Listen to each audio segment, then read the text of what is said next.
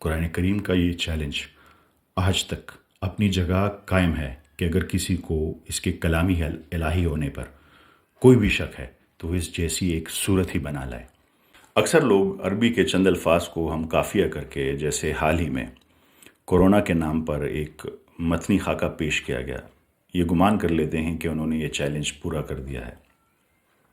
لیکن چند الفاظ کو جوڑ دینے سے کوئی کلام صورت نہیں بن جاتا۔ آئیے میں آپ کو سمجھاتا ہوں، آپ کے سامنے حقائق رکھتا ہوں کہ اس چیلنج کی اصل نوعیت کیا ہے۔ ہم طویل صورتوں کے سائنسی، تاریخی اور گہرے لنگوسٹک میریکلز کی بات ہی نہیں کرتے، ہم صرف قرآن کریم کی سب سے چھوٹی صورت سورہ کوثر کو ایک خاص میتھمیٹیکل اور لاجیکل زاویے سے دیکھتے ہیں۔ اس مختصر ترین صورت کا ہندسہ 10 نمبر 10 کے ساتھ جو ناقابل یقین اور پیچیدہ کمپلیکس تعلق ہے، ذرا اس پر غور کریں، آپ حیران رہ جائیں گے۔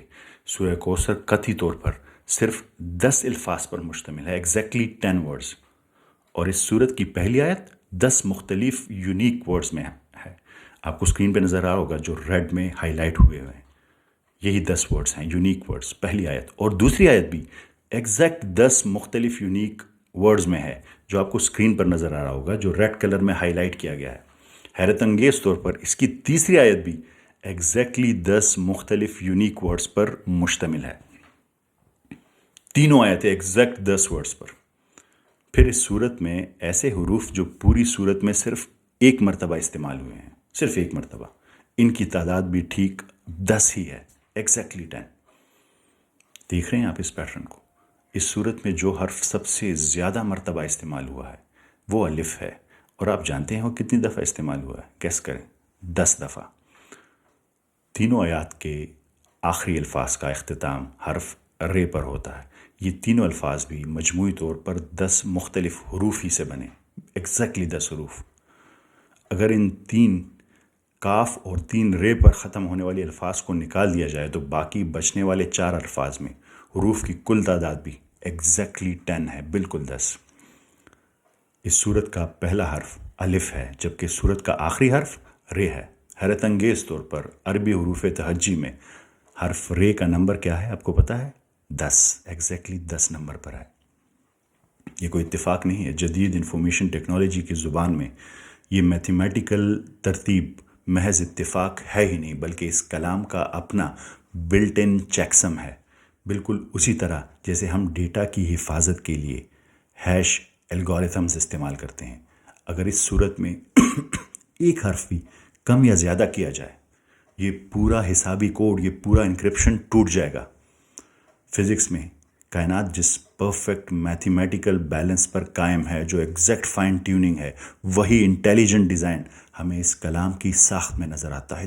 سب سے چھوٹی صورت میں کتنے میتھمیٹیکل کوڈز ہیں، پروبیبلٹی کے تحت اتنے زیادہ میتھمیٹیکل ریسٹرکشنز کے ساتھ ایک اعلیٰ ترین فصاحت اور بلاغت پر مبنی کلام تخلیق کرنا انسانی دماغ کے لیے ناممکن ہے۔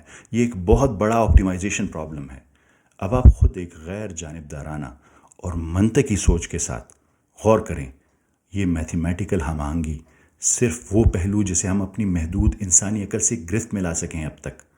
ذرا سوچئے، 1400 سال قبل ریگستان عرب میں، جہاں کوئی جدید سائنسی یا میتھمیٹیکل سہولیات میسر نہ تھی، ایک ایسی ہستی جس نے کوئی دنیاوی اور رسمی تعلیم نہ پائی ہو، اچانک اور زبانی طور پر ایسا کلام پیش کر سکتی ہے، اتنے میتھمیٹیکل کوڈز کے ساتھ۔ ایک ایسا کلام جو بیک وقت فصاحت اور بلاغت کے اعلیٰ ترین معیار پر بھی ہو، جس میں ایک گہرا تاریخی پیغام بھی ہو، جس میں سائنٹیفک میریکلز بھی ہو، اور جس میں میتھمیٹیکل کی ساخت اتنی بے عیب ہو۔ چند الفاظ جوڑ کر صورت بنانے کا دعویٰ کرنا بہت آسان ہے، لیکن محض 3 آیات کے اندر اس درجے کی ملٹی لیئرڈ اور پرفیکٹ ترتیب پیش کرنا انسانی استطاعت سے مکمل طور پر باہر ہے، اور وہ بھی 1400 سال پہلے۔ یہی قرآن کا اصل چیلنج ہے، اور یہی وجہ ہے کہ آج تک اس کا کوئی جواب نہیں لایا جا سکا۔ میں یہ بات بخوبی سمجھتا ہوں کہ اتنے بحث کے بعد آپ کے لیے اپنی انا کو ایک طرف رکھ کر شکست تسلیم کرنا، اپنا اکاؤنٹ ڈیلیٹ کرنا یا حق کے سامنے سجدہ ریز ہونا مشکل کا باعث ہوگا۔ اس لیے میں آپ کو شرمندگی سے بچانے کے لیے ایک انتہائی سادہ، باعزت اور علمی راستہ پیش کرتا ہوں۔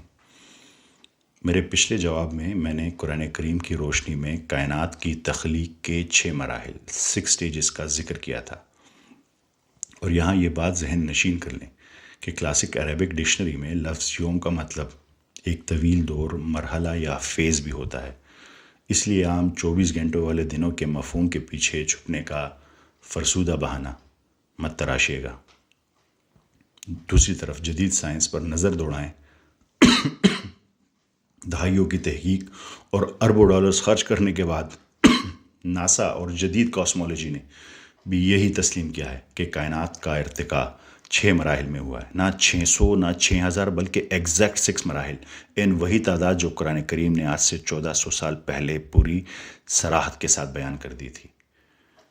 تو اب آپ اس بات کا کوئی خالص سائنسی، منطقی اور عقلی رد یا ریفیوٹیشن ہی پیش کر دیں تو چلیں اپنا وعدہ مت پورا کریں، یا وہ بھی نہیں کر سکتے، آپ اسے رد بھی نہیں کر سکتے، تو کم از کم اتنی علمی دیانتداری، اتنی انٹلیکچوئل آنیسٹی کا مظاہرہ کریں اور کھلے دل سے تسلیم کریں کہ ہاں، میں اس کا کوئی مادی توجیہ، کوئی ریزن پیش کرنے سے قاصر ہوں، اور 1400 سال پہلے کوئی عام انسان بغیر کسی ڈیوائن ہیلپ کے، بغیر کسی خدائی رہنمائی کے اس کائنات کی تخلیق کے اتنے ایگزیکٹ سائنٹیفک سٹیجز اپنی طرف سے بیان نہیں کر سکتا۔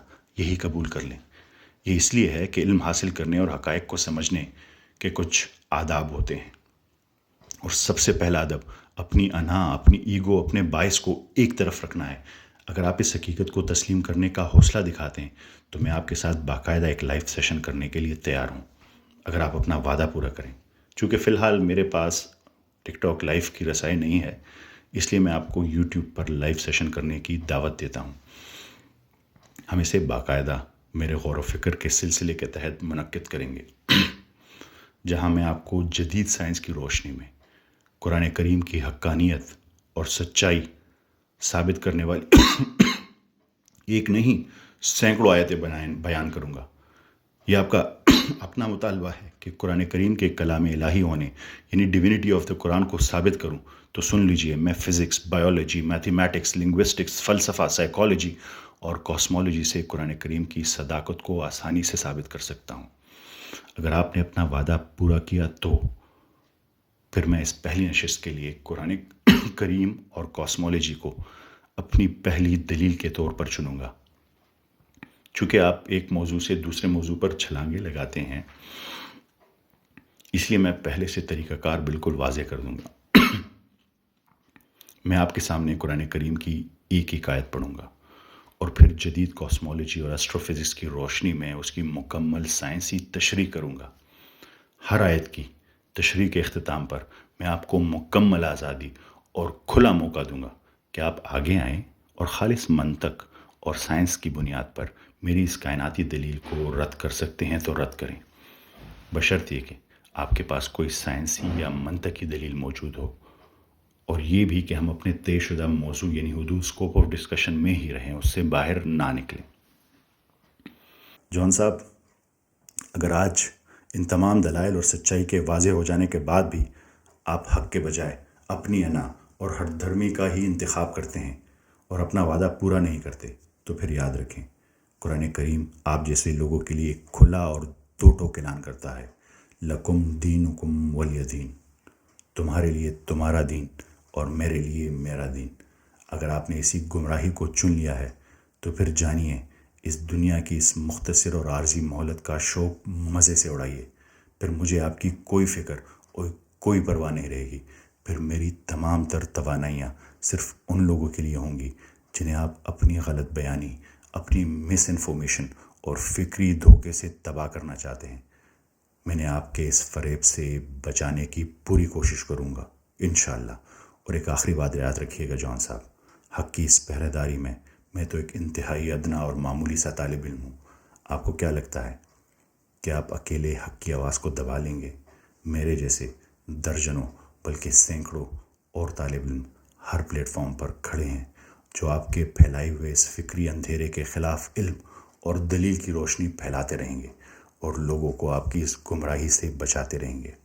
اور ہاں، آپ نے عوام کو جس توہین آمیز انداز میں بھیڑ بکریاں کہا ہے، مجھے اچھی طرح سے معلوم ہے کہ آپ نے ایسا کیوں کہا ہے. آپ کو تکلیف اس بات کی ہے کہ آپ ہر ایک شخص آپ کو اپنا کیا ہوا وعدہ یاد دلاتا ہے, آپ سے مطالبہ کرتا ہے کہ اپنا وعدہ پورا کرے. انہوں نے آپ کا جواب سن لیا ہے اور وہ جان چکے ہیں کہ آپ کے پاس کوئی سائنسی یا منطقی دلیل نہیں ہے, بلکہ آپ صرف ادھر ادھر کی چھلانگیں لگا رہے ہیں. جان صاحب, یاد رکھیں, آپ جذباتی بلیک میلنگ سے باشعور لوگوں کے دل نہیں جیت سکتے. لوگوں کو قائل کرنے کے لیے آپ کو منطقی اور علمی دلائل یعنی لاجیکل اینڈ انٹلیکچوئل آرگومنٹس چاہیے, جو آپ کے پاس نہیں ہے. میرا ہدف اب آپ کو قائل کرنا نہیں ہے, بلکہ اس عوام کو آپ کے فکری فریب سے بچانا ہے جنہیں آپ گمراہ کرنا چاہتے ہیں. میں آپ سب سے معذرت خواہ ہوں, میرا تھوڑا سا گلا اور سینہ خراب ہے جس کی وجہ سے میں کھانستا رہا, ویڈیو ریگولر بنا نہ سکا. پر چونکہ ویڈیو ضروری تھی تو میں نے ٹائم پر بنانا ضروری سمجھا. آپ سب کا بہت شکریہ. اللہ حافظ.